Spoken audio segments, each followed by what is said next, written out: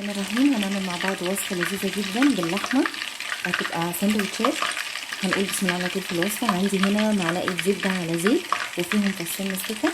هنزل بشرايح اللحمة متقطعة كده زي الفيليه. على فكرة الأكلة دي ممكن تتعمل بالفراخ عادي، بس هو متاح بالنسبة لي دلوقتي. هسيب اللحمة تاخد صدمة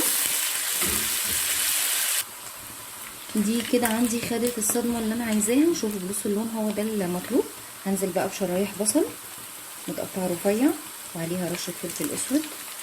هسيبهم كده ياخدوا تشويحه مع بعض. هنزل كمان بشويه مشروم، سواء فريش او معلب المتاح بالنسبه لي. كمان عندي حبه فلفل الوان كده برضو ياخدوا تشويحه مع بعض. كل حاجه كده عندي تقريبا استوت. هنزل بقى بربع كوبايه كريمه لباني وكمان شويه موتزاريلا.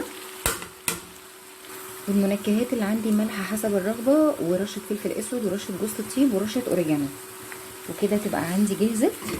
هديها بس تقلبتين وبعد كده احطها في السندوتشات مع بطاطس محمره، تبقى جاهزه للاكل. كده تكون جهزت معايا. ممكن تاكلوها جنبها رز ابيض او مكرونه، بس انا حبيت ان انا اعملها في سندوتشات كده، تبقى حاجه تيك اواي سهله.